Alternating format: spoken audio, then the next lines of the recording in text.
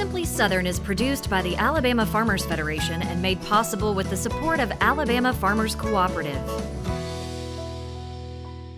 There's no such thing as downtime when you own a farm. This is your land. You tend it and try to get the most from it, no matter the weather or time of day.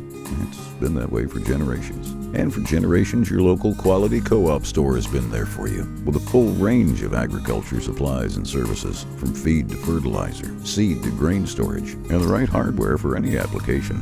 You'll always find what you need, plus friendly, knowledgeable advice at your local quality co-op store. There's one near you. What we eat, what we wear. It all starts somewhere. And if it's good, it usually starts with a farmer. And that somewhere is right here in Alabama. In a field, in a barn, on a tractor. Right now, there's a farmer starting something good for all of us. And it all starts right here in Alabama.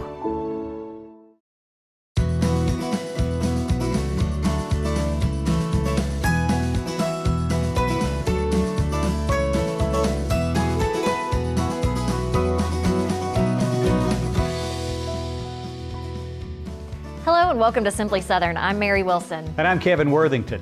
On today's show, we begin our annual profiles of some of the top young farmers in Alabama. Today, you'll meet the McCraney family of Barber County.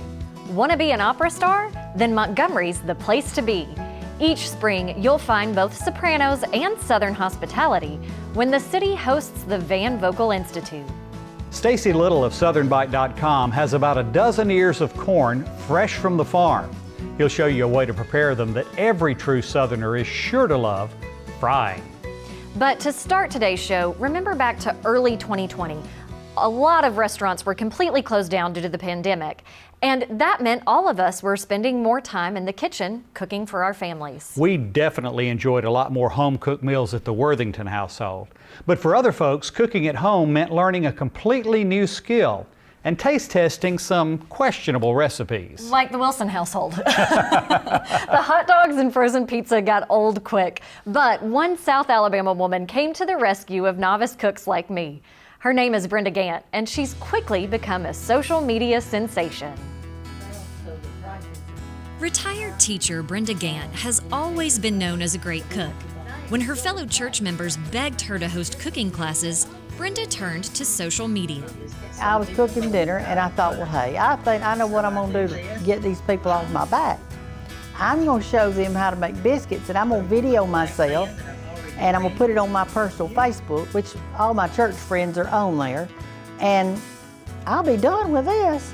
But she wasn't done. In fact, she was just getting started.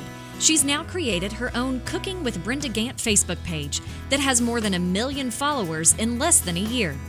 I do not edit my videos. What you see is what you get. If I drop something on the floor and I have to reach down there, pick it up, rinse it off, I do. If I mess up, it's okay, y'all. And a lot of them are saying that they like me to mention Jesus. Jesus is a part of my life, but I think they like that, and they say lots of times that my cooking is great, but that my inspiration is better. Brenda said she gets a lot of requests from millennials like me. Somehow that group of people they just could not cook without a recipe and without you telling every little detail. They start writing in to my personal page and saying, will you show me how to make dumplings or butter beans? And I'm thinking to myself, oh my word, these people really cannot cook. I mean, when you're asking somebody how to cook a butter bean, you are in dire need of help. So they want to know how to fix basic things, and they don't want 20 ingredients in it. That's true of the recipe Brenda showed us. A little self-rising flour, solid grease, and buttermilk are all you need to make the crust for her fried apple pies. And the filling is even more simple. This is a Granny Smith apple, and I bought about 9 of these, and I peeled them, diced them up, and cooked them in a pot until they were tender. I put maybe 1/8 of an inch of water in the bottom just to get them started. I continually mashed them as they cooked. After they were tender, I added some sugar to taste, and this is what you come out with. Those pies are a favorite at the Cottle House, the bed and breakfast Brenda owns and operates in Andalusia. And before the pandemic, they were a favorite with Brenda's Sunday supper crowd. I've got a table in the dining room that sits 14. I've got that one sits 6, that's 20. There's another 6 over there, that's 26 people, and lots of times all 26 chairs are full. And it's the togetherness that we like, and since the pandemic, I really missed that. I've really missed having people in my home.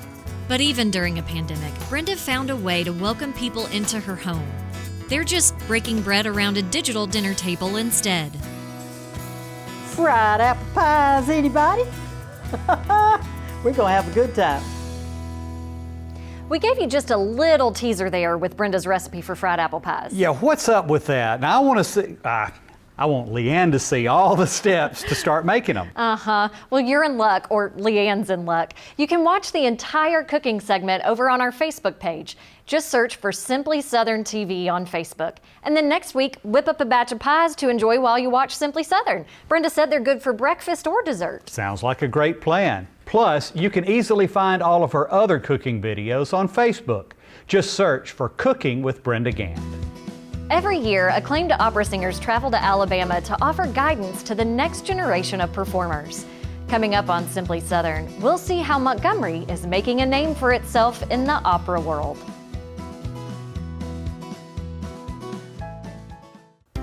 Auto, home, and life are the most popular types of insurance coverage.